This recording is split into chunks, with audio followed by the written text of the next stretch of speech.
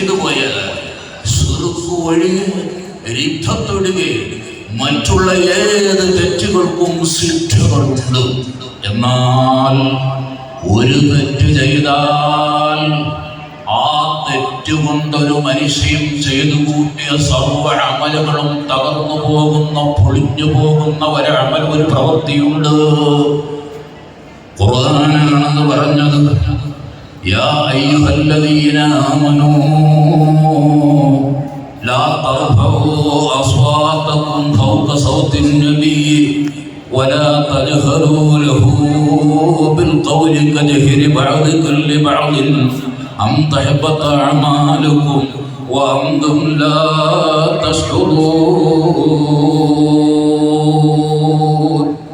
മുഅ്മിനീങ്ങളെ, നല്ലപോലെ ഒന്ന് മനസ്സിലാക്കണം.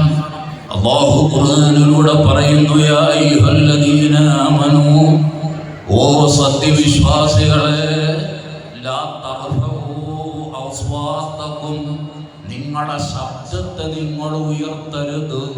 ഫൗക സൗത്തിൻ നബിയ്യി, നബി സല്ലല്ലാഹു അലൈഹി വസല്ലം തങ്ങളുടെ ശബ്ദത്തെക്കാൾ നിങ്ങളുടെ ശബ്ദം നിങ്ങൾ ഉയർത്തരുത്. വലാ തജ്ഹറൂ ലഹു ബിൽ ഖൗലി, നബിയോട് സംസാരിക്കുമ്പോ നിങ്ങളുടെ വാക്കും ഉയർന്നു പോകരുത്. കജഹരി ബഅദികും ലിബഅദിൻ, ചിലര് ചിലരോട് സംസാരിക്കുമ്പോ ശബ്ദം ഉയർന്ന് സംസാരിക്കുമല്ലോ, ആ നിലയിലും മുത്തുനബിയോട് സംസാരിക്കാൻ പറ്റൂല. സ്വഹാബത്തിനോടുള്ള നിർദ്ദേശമാണ്.